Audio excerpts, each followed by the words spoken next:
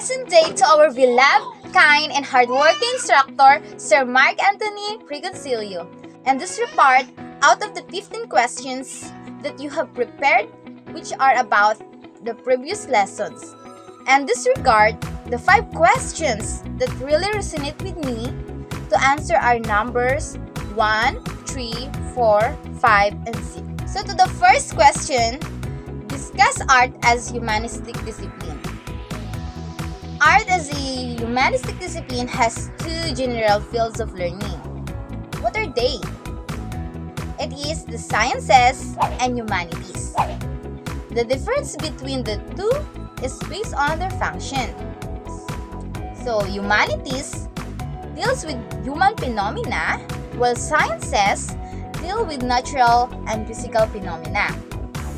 Under the humanities are language, history, art, and philosophy.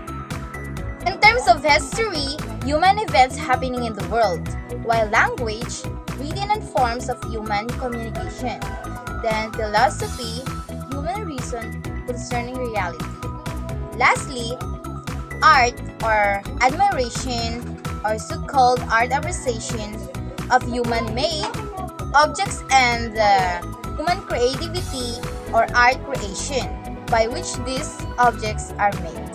Of these 4, art has a heavy bearing on us as human beings, with words that really prove to be meaningful and profound in the lives of every person.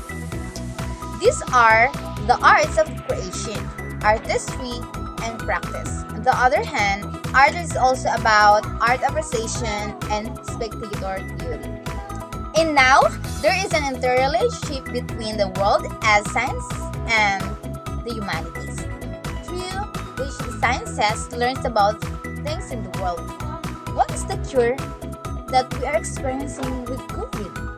That's why there is a scientific method for figuring out what can cure this coronavirus disease. Then we will go back to the basic.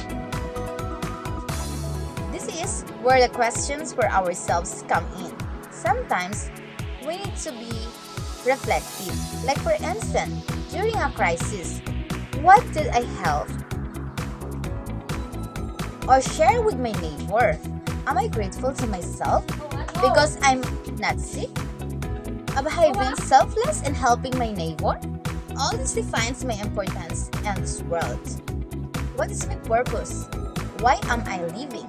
That is why the basic questions in the humanities is, who am I? So what is the answer to this? It is whether I am human being.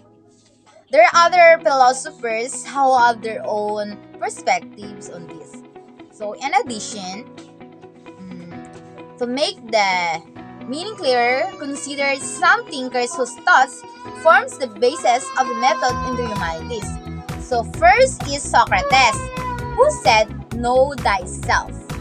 And knowing ourselves, it is a long process. Not when you wake up in the morning, you already know yourself.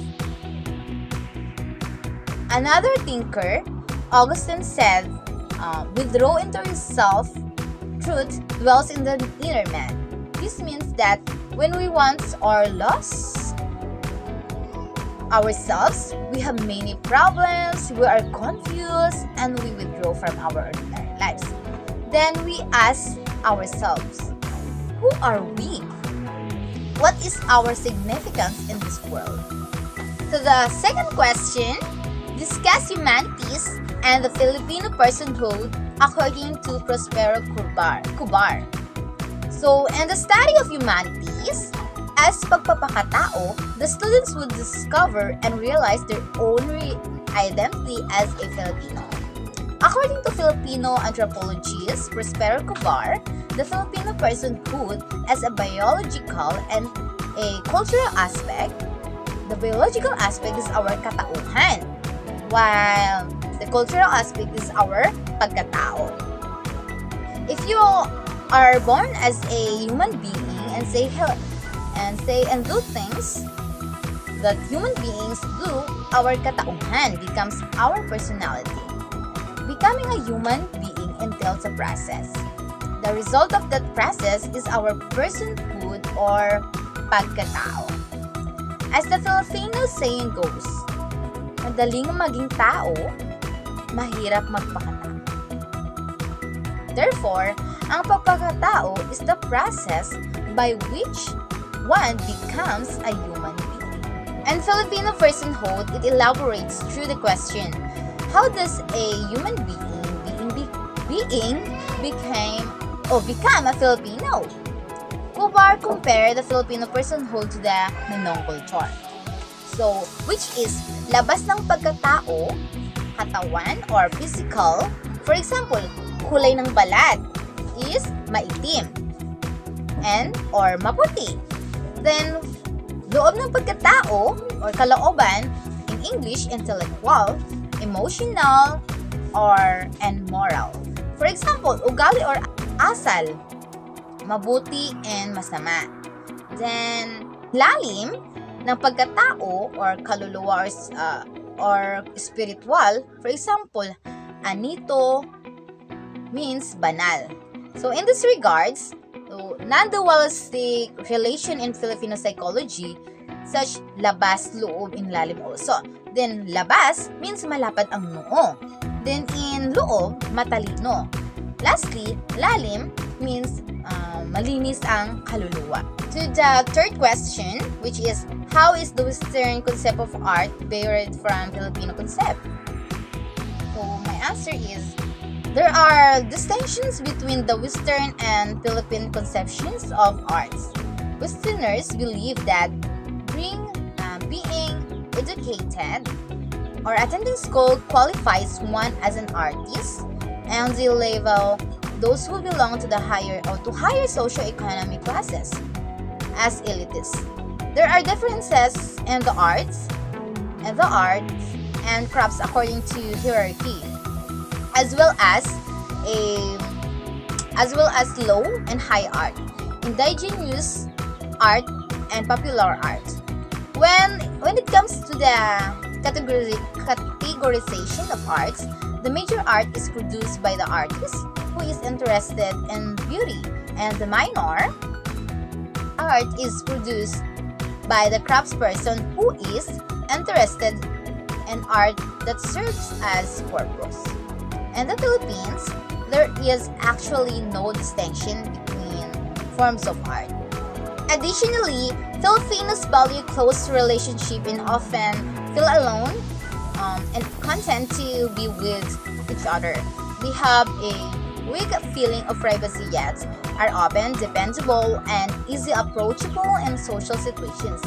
Filipinos often desire a confluence of their lives with the lives of others, unlike Westerners who are concerned with protecting their private room or typically greeting and the area is where are you going, so which is demonstrates a sharing of care. As a result, individuals develop exceptional talents and creativity in social interaction and interpersonal relationships. The fourth question, discuss the process of art appreciation.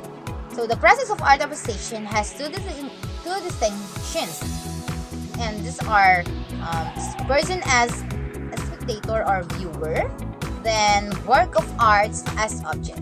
So additionally, the process of art appreciation has different process. So these are positive, represent as wow, perceptual, represent as sense data and representation, emotionals, represent as feelings, intellectual, represent as meanings, response to, represent as communication reaction, and this beauty, the beauty, represent as value and that delights.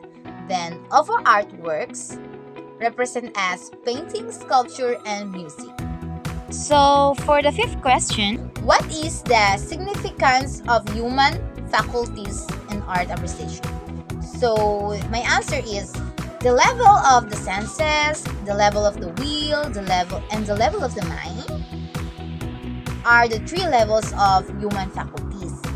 And the importance of human faculties or or these faculties are used in art analysis by means of visual elements, representation, emotional suggestion, and intellectual meaning. For instance, when we see a painting, a drawing, or even a sketch, or our senses will and mind all works together in order to understand what message is being conveyed by what we see. It encourages thoughtful conversation and the understanding that there is more than one approach to everything. Thank you for watching.